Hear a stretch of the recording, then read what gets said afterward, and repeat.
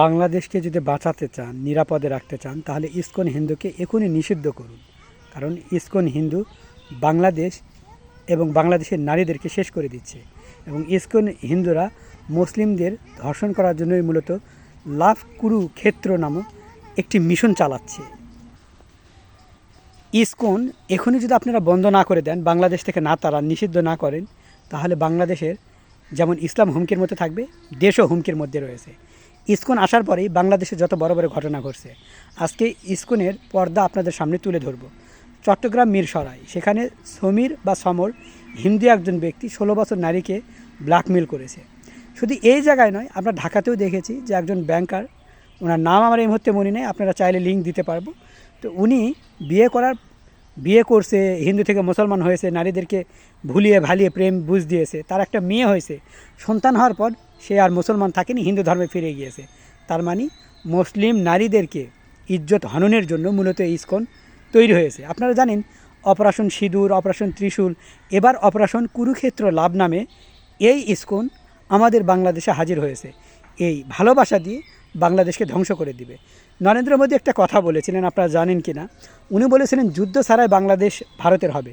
এই কথাটা কিন্তু হারে হারে সত্য। কারণ এই যে প্রেমের ফাঁদে ফেলে বাংলাদেশকে শেষ করে দিবে, সকলকে হিন্দু বানিয়ে ছাড়বে। কারো ইজ্জত যখন দেখবে যে একজন মুসলমান ছিল স্বামী, সেই স্বামী হিন্দু হয়ে গেছে, তখন ওই মেয়ের মধ্যে দুদল্লা মোনা তৈরি হবে। কোন দিকে যাবে তখন আর কি থাকবে না, তার সঠিক রাস্তা সে চিনতে সে অনেক সময় ভুল করে ফেলবে। তো মূলত হিন্দুরা এই ইসকন এত পরিমাণ বেশি এই মুসলমানদেরকে টার্গেট করতেছে যা বলার মতো না। এবং আপনারা দেখেছেন যে ফেসবুকে পর্যন্ত হিন্দুরা, বিশ্ববিদ্যালয়ের স্টুডেন্ট, সেও স্ট্যাটাস দিয়েছে মুসলমান মেয়েকে ধর্ষণ করে সে নিজেকে গর্ববোধ করছে যে হ্যাঁ, আমি তো খুব ভালো কাজ করেছি।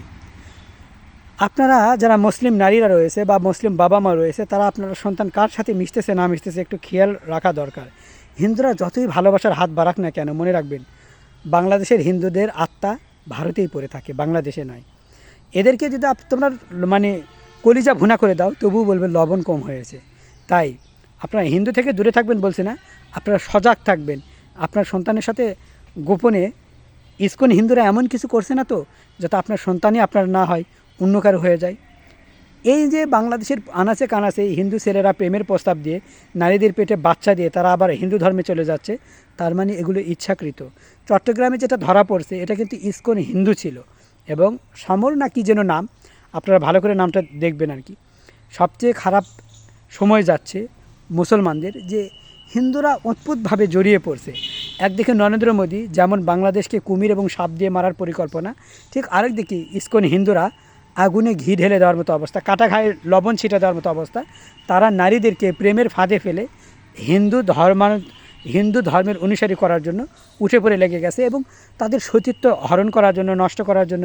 এবং তাদের পেটে বাচ্চা দিলে সেই বাচ্চা দেওয়ার পর তারা আবার হিন্দু ধর্মে ফিরে যাওয়া, এগুলো ইসলাম ধর্মকে আঘাত করার জন্য টার্গেট করে করে মুসলিম নারীদেরকে ভুলিয়ে ভালিয়ে তারা এই লাভ কুরুক্ষেত্র নামক মিশনকে সাকসেস করার জন্য অনবরত প্রচেষ্টা চালিয়ে যাচ্ছে। তাই আপনারা হিন্দুদের কথায় মায়ায় পড়েন না। দেখুন, সজাগ হওয়া সব জায়গায় ভালো। কারণ আমি চলবো আমার আগে পিছিয়ে কী হচ্ছে, অন্তত সজাগ থাকা দরকার। শুধুমাত্র কারো মোহে পড়ে, কারো ভালোবাসার মিথ্যা ছলনায় আপনারা ভুলে যাবেন না যে আপনার সতীত্ব হারানোর পর কিন্তু মনে হবে যে আমি সব শেষ করে দিলাম। কারণ একজন নারীর কাছে সতীত্বের অনেক দাম রয়েছে। তাই আমরা ইসকন হিন্দু যেটা বাংলাদেশে রয়েছে, এটা নিষিদ্ধ দাবি করছি। কারণ বিশ্বের অনেক জায়গায় ইসকন হিন্দু নিষিদ্ধ হয়েছে, তাহলে বাংলাদেশে কেন নয়?